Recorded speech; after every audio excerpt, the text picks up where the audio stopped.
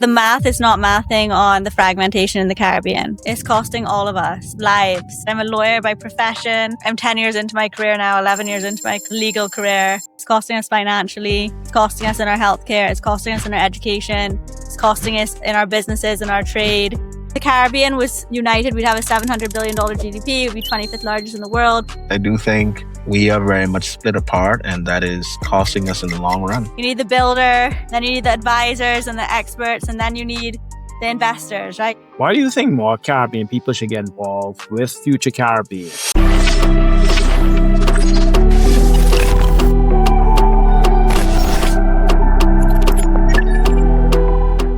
Before we get into the show, let me ask you something. If you're interested in money, technology, AI, and digital opportunities for Bahamians, why are you still watching from the sideline? Follow Cryptonoobz, subscribe to the channel, and join our community of curious-minded people who want to know how the world is changing and how they can benefit from it. Without further ado, let's get into the show. Welcome back to this week's episode of the Cryptonoobz podcast, where we talk about money, tech, and opportunities for Bahamians in the digital economy. I am your host, Nelson Ricardo, and I'm joined with my co-host, Lamont Astwood, aka Lambo.242. And on this episode, we're going to be talking about something amazing that's happening in the Caribbean, like an incubator, something that basically startups could actually start getting investment funds, like a Silicon Valley type of thing going on for us in the Caribbean. And today we are joined with our guest, Miss Lily Dash. How are you doing, Lily? I'm so good. Thank you so much. It's so great to be here on the Cryptonoobz podcast. Nelson, Lambo242.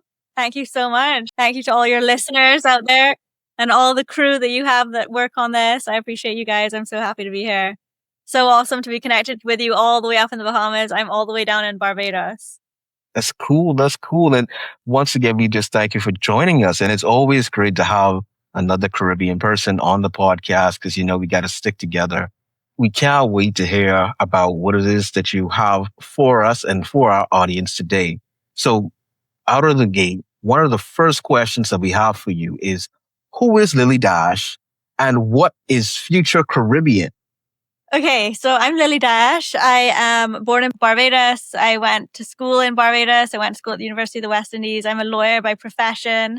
I got into technology while I was at the University of the West Indies. That was I always knew that I wanted to be in the online business space. Like 2009, 2008, I was working bricks and mortar on the road, listening to all the podcasts about all the Y Combinator and all the Silicon Valley podcasts at the time.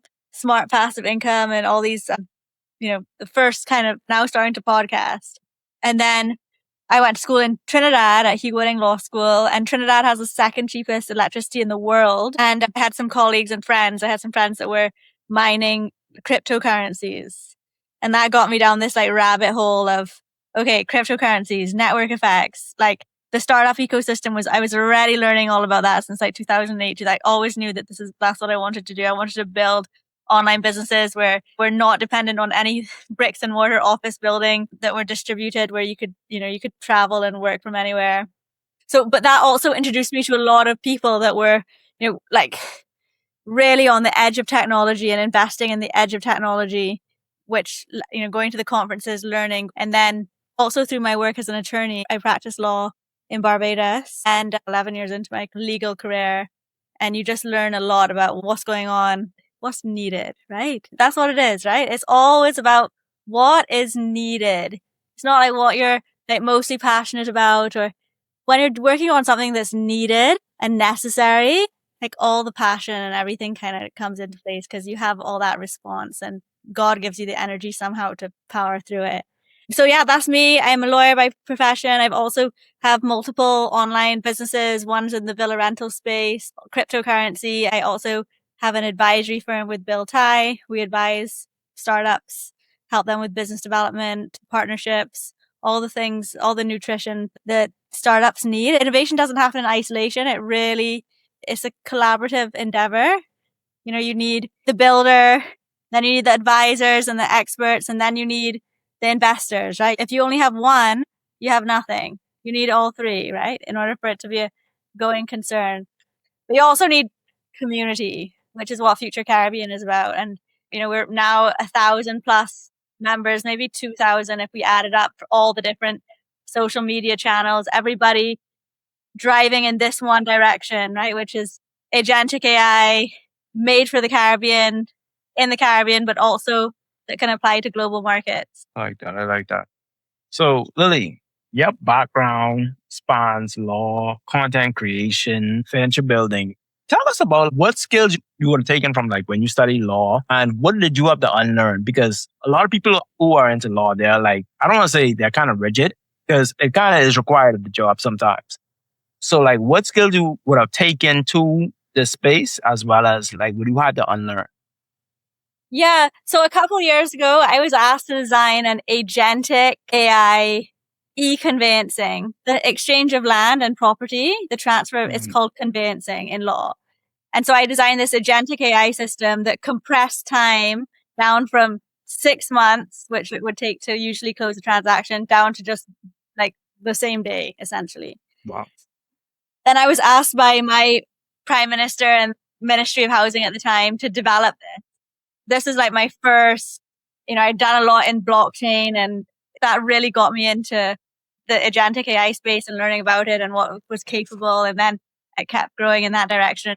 And now we're here, right? Like, even though we've only been here for like 12 weeks or 8 weeks, but you realize, okay, you've been building in this direction for a long time. And even though you can't see the tree, the roots are deep and long and expand all across the acreage, Yeah, everything you do does you some good. All of your experiences combine to this. Certainly when you're in the legal profession, it really is agitating when things take very long and it's very costly. That's why when things take long, it's costly. Time is money. And you're right. I just came back from the first AI conference in the Caribbean. The telecoms put it on in Trinidad. And the whole time it was a very good conference, but a lot of it is policy. A lot of it is academic. A lot of it is ethical AI and really trying to wrap your head around all of the complexities that are. And that's the academic approach versus, okay, let's build something. Let's see how it works. That type of energy is very important. And we need to harness more of it and develop more of it around here, I think, for sure, so that we can implement more. But yeah, everything does you some good and everything has led me down this road. Legal led me down this road. My content creation built like creating podcasts. It was like, in the Caribbean and in the Bahamas and Barbados, we have incredible people that frequent the Caribbean every day, right? Builders, technologists, celebrities, just global figures. And we don't do that much to engage them. They go on a cruise and they stay in a nice villa and that's it. I'm in the villa rental space. So a lot of them are my customers. And it's like, how do you engage their spectacular talent? Is there a way to do that? So we're going to find out. So I've been interviewing them on my podcast. They're judges now on this. So we'll see where it leads. Awesome. And I think that it's really incredible that not only is it that you're a lawyer, right? You started in law and you started to build things for your country, for your nation. And you use the technology that you researched to actually make that thing, come to life. And I think when you're a builder, that's an incredible thing to just have an idea and see a problem and basically make a solution to that problem and bring that idea to life. So that brings me to this, as we're talking about Future Caribbean, what I want to know is you saw a problem going across the Caribbean and Future Caribbean is the answer to that problem. So what was the problem, the initial issue that you were seeing? Okay. First of all, and I'm not sorry to say this, but the math is not mathing on the fragmentation in the Caribbean. It's costing all of us lives. Like it really is. I don't know whose idea it was, but it's really costing us a lot. It's costing us financially. It's costing us in our healthcare. It's costing us in our education. It's costing us in our businesses and our trade. Like it's very difficult for global resources and global business to access tiny little economies, right? One by one by one by one by one. And when you ask the world to do business with us, they can't do business with the region. It's impossible to do business with the region. That's not it. You have to do business with Trinidad and Jamaica and Barbados, and the Bahamas. And then if you're a global financial company, like heaven forbid you're a global financial company, you have to get regulated across 29 different regulators, right? Because the financial regulator consists of multiple different regulators in each jurisdiction, right? Multiple different central banks, multiple different legal systems, multiple different currencies. I mean, cheese on bread, as they say in Barbados. Cheese on bread. I gotta write that down. Cheese on bread. I never heard that before. Cheese on bread. It's real effort, right? So I say that, entrepreneurship in the Caribbean is an extreme sport. It's extreme sport, right? It's not easy. It's an extreme sport everywhere, but in the Caribbean, certainly, because you really have to push boulders up mountains to make things happen. Everybody could attest. Got to be really strong. But it's not just companies that suffer. It's also, there's so many resources around the world, like philanthropic resources that want to get into children's homes, resources that want to help the oceans. And it's so difficult for them to access. They have to literally make it their business to get to Bahamas, make it their business to get to St. Vincent, Antigua. And it's a lot of energy and human resources for everybody to do that. And then because of that, it doesn't actually get done. So we end up, with much less than we could have had if we had a united front. And someone told me the other day, it's like the Arabs, they don't agree on everything, but they agree on the price of oil, the important things. At least we should agree on the important things, Yeah, I agree. when it benefits us. We really don't realize, they say that the Caribbean is a total, taking into account all of the different jurisdictions, the Spanish ones included. They were a $700 billion GDP combined. But I would like to say that combined we're so much more than that, because you're just worth so much more than the sum of your parts, so much more. So this region could be really, really, advanced if we could organize our effort a bit more efficiently, organize our resources a bit more efficiently. That's where this came from. I realized, okay, this is needed. The Caribbean needs to come together in some way.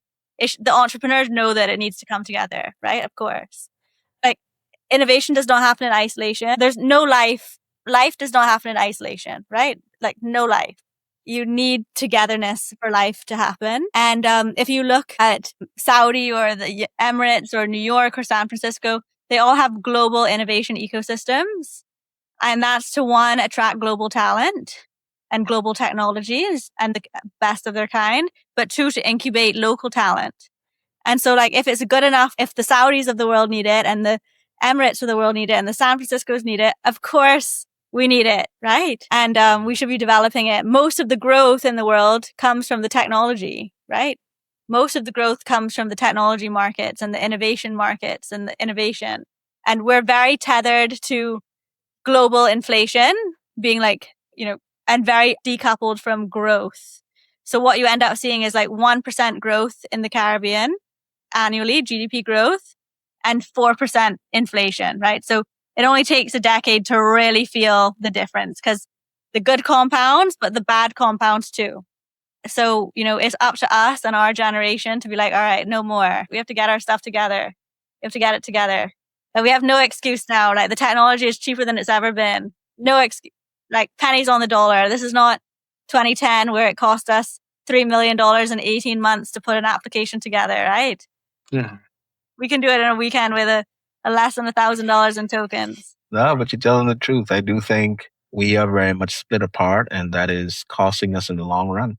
It's costing us in the long run. I had a conversation with a doctor the other day, and he was talking about insurance policies and how each of us are negotiating our own insurance and our own medical.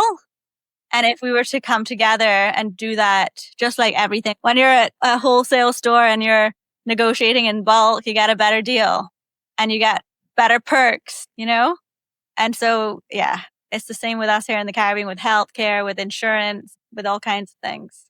So I want to ask you, did you have a Eureka moment when you decided Future Caribbean was a good idea, or you felt that was the right move for you? Did you have a light bulb moment on top of your head, or how did you really commit to it, if I may ask? Yeah, it was a couple of things. I bought the domain Future Caribbean 2 years ago. I bought it because for the philanthropic side of things, there were organizations that wanted to put computer labs in in schools, and I would do it in Barbados, and then I would I want to do it in the Bahamas. I would like these resources to go to St. Vincent. Why not?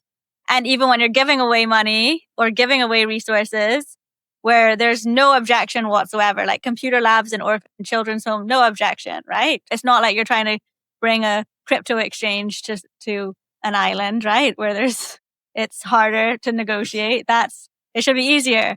And it's still hard. It's hard if you're a crypto exchange, and it's hard if you're a children's home, right? What gives? And then I did nothing with the domain name. And then I was in Antigua with Bill Tai, who's been helping me a lot with this. And Bill was the first check in Canva, the first check in Zoom, and co-founder of Acti Advisors, chairman of Acti Global. And there was this tech event in Antigua, a longevity and AI event. And OpenClaw, things were going off on OpenClaw.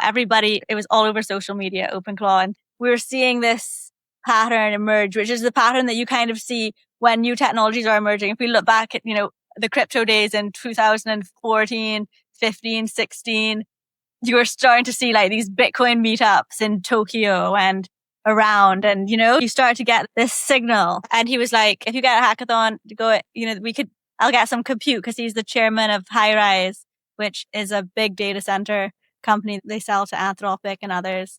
So a few things came together. IDB was also hosting an event, and I was trying to get Bill to come down for it.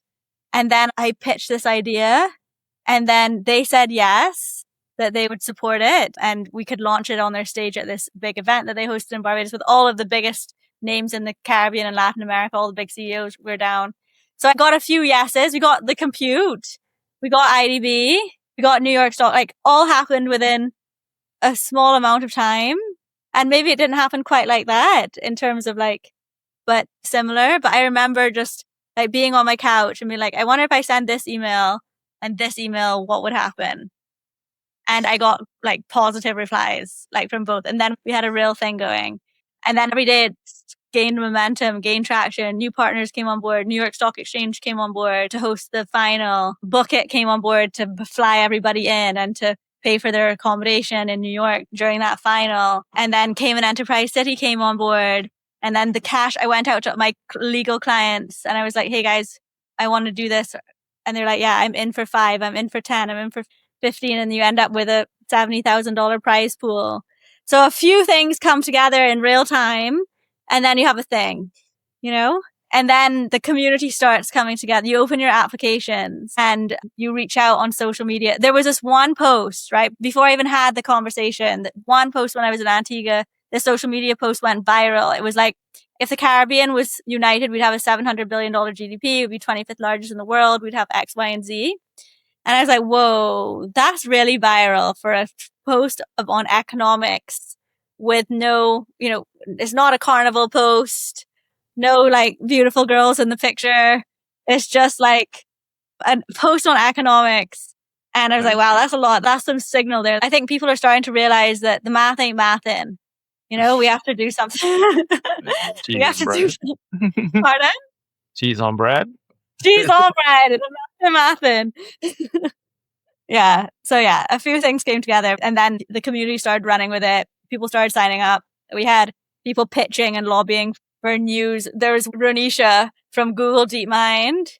She signed up to be an advisor. Somebody posted on social media and she signed up to be, and she saw it. That post went viral. ETC, explaining the Caribbean. That's the post. They did the post on economics, and then they did a post talking about us, and we just started getting major signups and people being like, I want to get on board. And then you'd be like, why do you want to get on board to these, a lot of them Caribbean diaspora, super educated, Oxford, major degrees and doctorates behind them.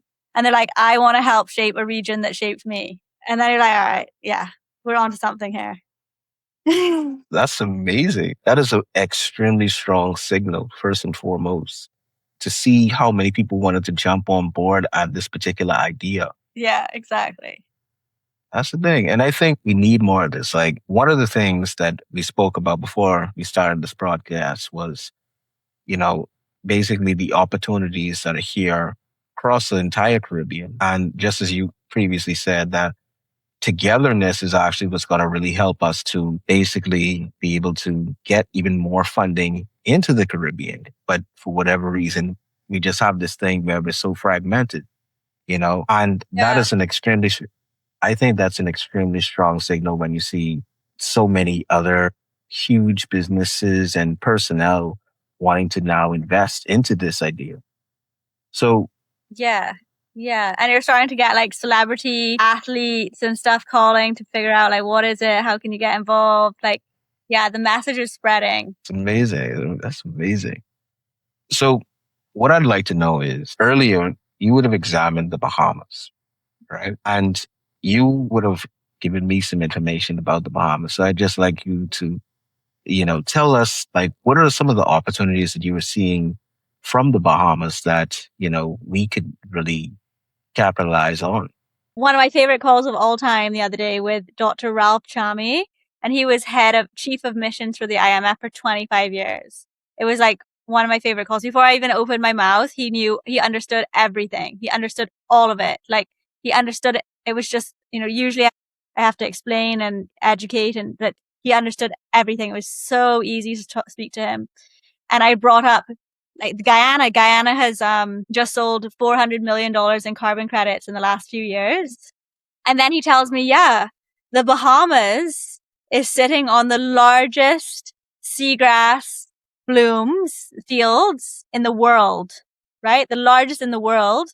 And seagrass sequesters more carbon than anything else. It's like the biggest carbon sink in the world in the Bahamas. And that carbon sink, this is according to Dr. Ralph Chami, is worth about $12 billion in carbon credits, like $10 to $12 billion. And if it was to be restored, it would be worth like closer to $90 billion. So he was saying that living nature is the new asset class. It's the new real estate. It's the new oil. We have a lot of it in the Caribbean. And yeah, there's a change in time happening here, right? Everybody needs to be carbon neutral. These large corporations need to starting to pay for carbon credits, starting to offset everything, whether that's Facebook, whether that's the airlines, and like preserving our nature is one of the best business decisions we could possibly make, right? Like in the past, because we haven't had the awareness, because we're growing. The whole of civilization is growing in their awareness. Every year they develop more technologies and more science. They realize the results of their doings. And like a lot of the time we're very extractive. Like a fish is only worth anything when it's dead on a plate, in the restaurant. Or oil is only worth a certain amount when it's, been driven out of the oceans into a boat and refined and in somebody's car. But living nature is worth a hell of a lot, right? Also, furthermore, when a hurricane hits near those seagrass blooms, those towns and those populations were almost unharmed, untouched, because they protect the surges from just eradicating everything on the land, which is what happens when a hurricane comes. The ocean just surges and takes everything. So nature can protect us. It's the golden goose. You can rent it for billions of dollars in carbon credits, and all you have to do is just protect it. That's pretty cool. Okay. Especially in the Caribbean where, a lot of our reefs are dying or bleached out. Our seagrass is dying or dead already because the pollution that goes into the runoff off of the desalination plants kill it. The runoff in the sewage also kills it. Like, we're really being quite unconscious sometimes about how we manage our waste and how that affects like the ecosystem around us. We dredge our mangroves, which are really the most protective and also very much available to rent in terms of carbon credits. We dredge them for hotels, which, don't return as much as other asset classes if you really dive deep and really do the math. So hopefully the future looks a lot different than the past. Hopefully. Do you think that it's a problem of just not being aware, or do you think that it just might be that many of us are just not aware of what it is that we have, or do you think that we know, but we just, just do whatever we want to do, like based on your experience? Yeah, I think it's a combination. Like, again, I was saying how I don't know if the math on the fragmentation. So we have each of our governments in the islands, we have small populations, and there's a minister of education, a minister of innovation, and a minister of road. There's everybody's doubling up and doubling up and doubling up and doubling up and doubling up and doubling up and doubling up. And they have to deal with their own crime, and they have to deal with their own healthcare, and they have to deal with their own debt, and they have to deal. And maybe it's just like everybody only has capacity for what they have capacity for. And because the setup, you have capacity to fight the fires on a daily basis that are right in front of you presently, but you don't have as much capacity to build the future. I got you. This is an uncomfortable truth, right? Because the Caribbean has talent. But when it comes to amongst like technology companies on a global scale, we're heavily underrepresented. What do you think is one of the reasons behind that? Like, why do you think that is? Yeah, again, like togetherness, innovation doesn't happen in isolation. Like it takes a lot to give birth to a new innovative, like it takes a lot, right? It takes like sheer will force, brute force to really create something that can serve the world. And it requires like high signal. You have to have a high signal. If you don't have an innovation ecosystem at all, which I don't believe the Caribbean has one at all, it's very hard for anything to thrive. When you don't have the ecosystem, things just dive. They don't thrive. Yeah. Right? Everything. Nature dives. The companies, corporations dive.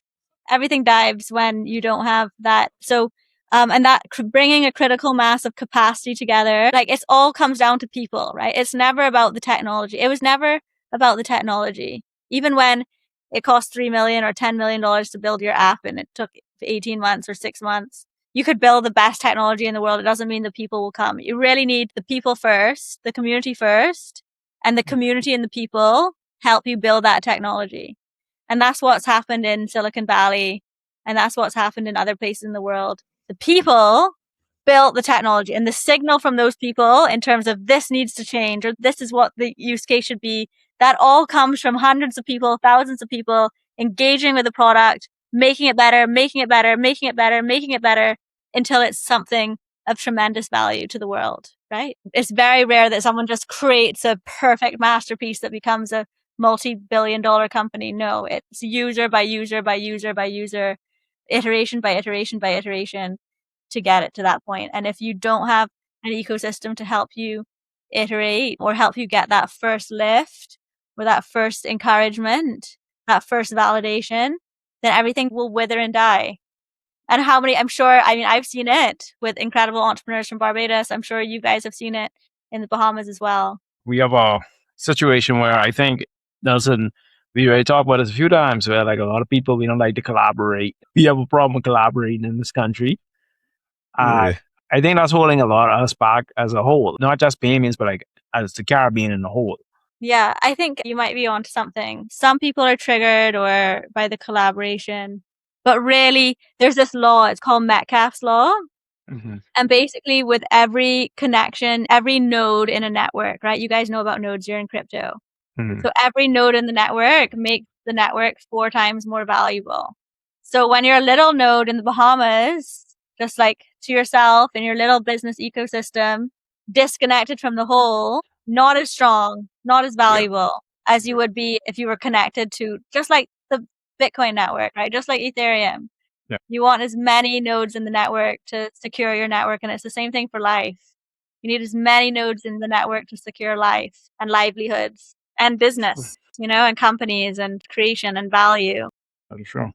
That's very true. And I think in addition to it being that we don't work together sometimes, I also think that it's lack of exposure and awareness.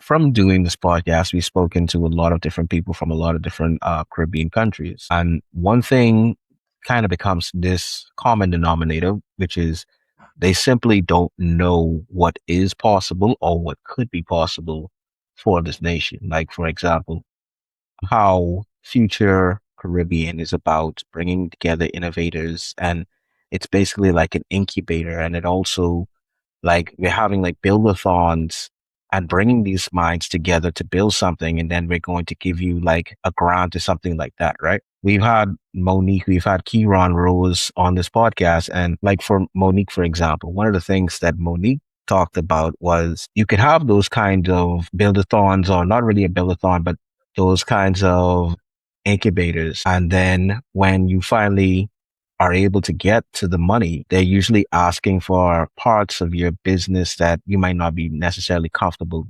giving away.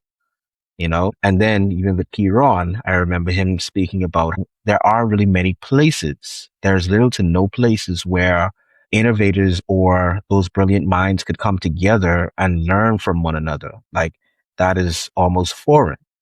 Even us inside the Bahamas is like one of the things that we do on the Cryptonoobz is bringing together these innovators, people who are inside crypto AI, people who are interested in investing or anything. Like, we try to bring these people together because we realize that there's a lack of spaces dedicated to learning, to just that kind of growth. But yeah, I definitely agree with you when you talk about the node and how if we could all work together, we could be able to request more money, be able to build together and iterate and learn from previous iterations, literally learning from one another and our mistakes. Certainly. But even something simple, not simple, but complex, but not complex, but simple. Like the disaster coordination track is a track that I'm really passionate about. It's so important. And I speak to the telecoms. I'll call them, I'll get a call with them. And I'll be like, okay, guys, what are you guys doing in smart disaster management? Like, are you working on anything? Is there anything that anybody's working on? Anything I should know we're building in this space? And he's like, no, we don't have a smart disaster management system in the Caribbean. The telecoms are really important because they hold all of the data in terms of where people are. And they also are first response on where people can, in terms of when you need to get a notification out. Not only do they know where people are physically, but you can get notifications out in real time. And there's not a single smart disaster management platform in the Caribbean. We're one of the most disaster prone places in the world. We have hurricanes every year, practically. Hopefully not this year, or next, or the next after that. But knock on wood, we have shipwrecks and ferry wrecks and all these things that happen on a regular. We have earthquakes that also happen not too far from us. And we don't have a smart disaster management platform. And the telecoms that we all have are the telecoms that the telecom in Barbados is the same as the telecom in Jamaica, is the same as the telecom in Bahamas, right? But we can't come together on a smart disaster management system. And when you ask the telecoms why, they're like, the governments haven't been able to come together. The private sector just hasn't been willing to drive it. And it's like, whoa, what are our priorities here? Is it life? I would hope it's life, but some things are so glaringly looking you in the face. And maybe I'm hoping it's just a coordination problem and we just haven't had the capacity to do it, and we can do it with this. But these are the things we should not be okay with. I wholeheartedly agree. So that brings me to this, right? Going back to Future Caribbean, why did you choose to have an agentic AI build-a-thon? Why that specifically? Because I definitely understand that, although AI is not a brand new concept, it's just recently started to get popular, you know. So why an agentic AI build-a-thon, and what could this technology solve that previous technologies could not have solved? Okay, so in the Caribbean, we have a capacity problem. And the reason why we have a capacity problem is, one, major fragmentation. We're not managing our resources as well as they could be managed. And two, because we lack economies of scale. What does that mean when you lack an economy of scale? The trains in London and New York run on time every time, most of the time, always on, because they have the customers to be able to pay for them. They can afford to do that. They can afford to run these always on systems. When you have an economy of scale, instead, you end up running these mostly off systems or barely on systems, or a system that you have to wait and wait for.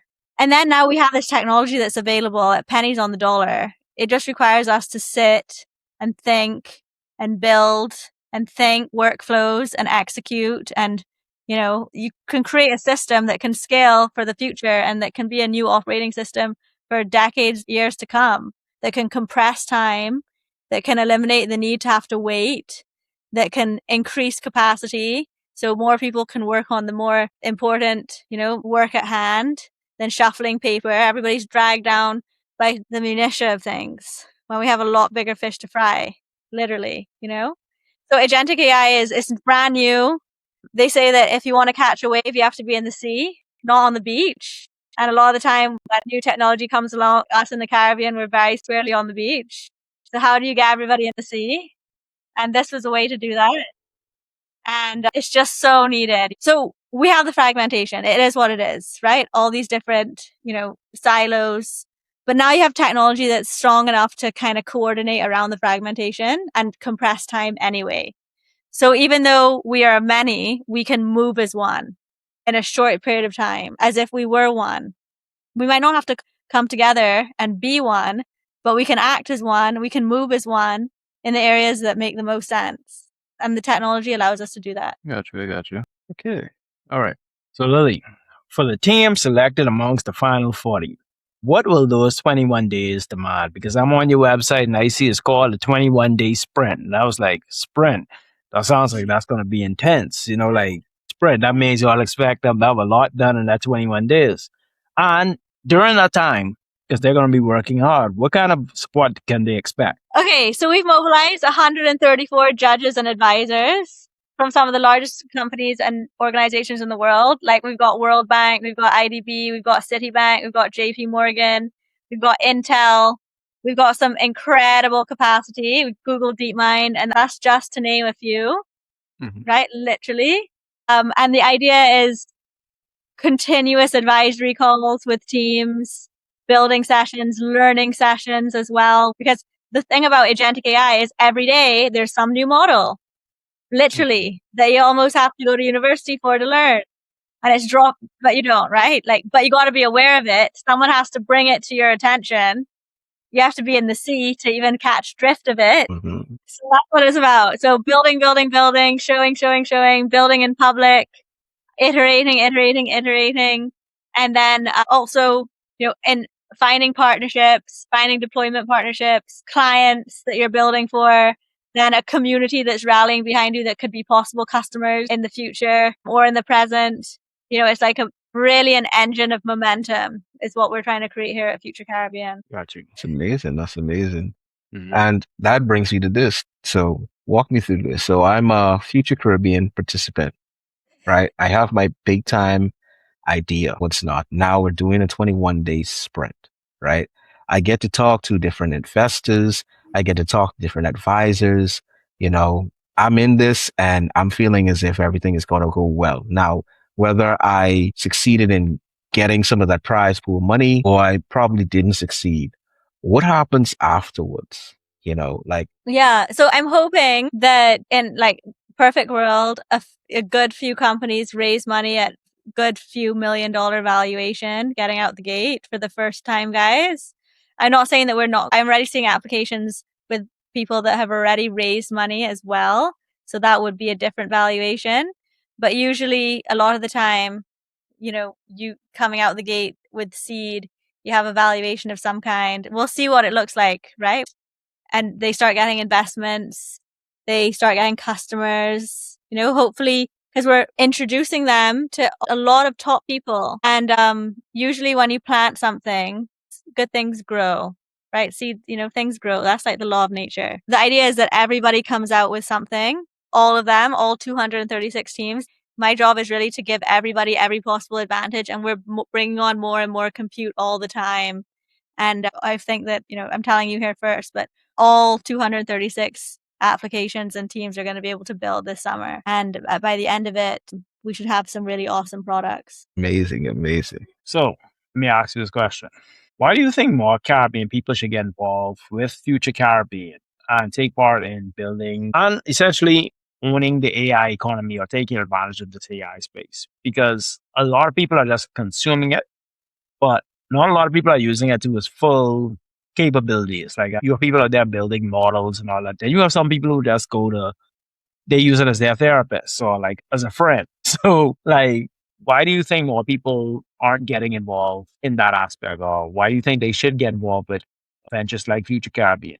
Yeah. Okay. So if you look under the hood of any great technology company, You're going to find a Bahamian, you're going to find a Barbadian, you're going to find a Jamaican, you're going to find a Trinidadian, you're going to find a Caribbean person, right? There's tremendous capacity of Caribbean descent, right? We've got 100 million people in the world of Caribbean descent, third generation, second generation, born, or, or parents were born first. So there's a lot of capacity. And like, there's many reasons to get involved in this. On the pure capitalism side, you got a wave here, the biggest wave we've ever seen. It includes the crypto wave. It includes the mobile wave. It includes all these waves that came together for this moment that can actually execute and make life better for people. It's not pie in the sky. It's not abstract. It's not, how does this work? Tell me about blockchain. I don't understand it. How does it impact people? Now it's like, you can see how with this technology plugged into the blockchain technology, you have a rail for impact, right? You have a line straight to the person who's impacted, whether that's on the health care or the finance side, being able to agentically move between 16 plus different currencies in real time and match pair to pair at a rate that we haven't been able to do before, that we now can do, which we couldn't do before because to coordinate that, the juice is just not worth the squeeze. So you have this coordination technology that's really, but also like if you're purely capitalistic, there's fortunes to be made in this wave, right? And you want to be amongst it to do that. So, I mean, there's many reasons why you'd want to be involved. But I mean, we have this chance right now to flip the script on the Caribbean. We're one of the most underserved regions in the world when it comes to technology. We could change that.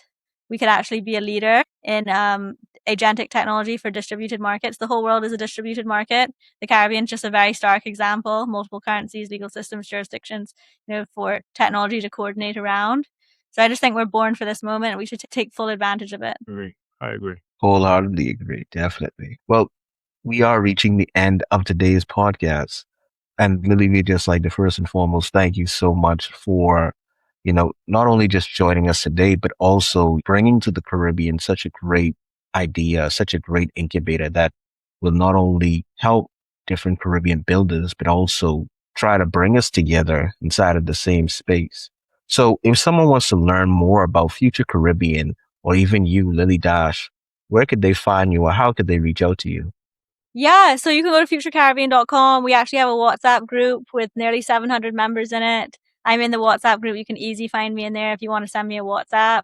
So you can literally just go to futurecaribbean.com. There's a WhatsApp link. You click the link. It takes you directly to the chat. Like, do not pass go, do not collect 200. You're in the chat. So that's the easy way. And, but, I've got a podcast. It's called the Upwind Podcast because I'm a sailor. I was always a sailor, sailing these little boats as a kid and kite surfing now. And so it's easy to find me, but yeah, futurecaribbean.com. We also have a great Instagram, future.caribbean. That's dope. Well, once again, we'd just like to thank you for joining us. And to our audience, we hope that you get involved with Future Caribbean, especially if you are a builder from the Caribbean. This is your opportunity. This is your chance. And I'm sure that you guys are going to be doing a lot more after this. So without further ado, we'd just like to thank you for coming on to yet another episode of the Cryptonoobz podcast. And we'll see you next time. Thank you so much. And thank you for all the work that you guys do. Yes, and thank you once again.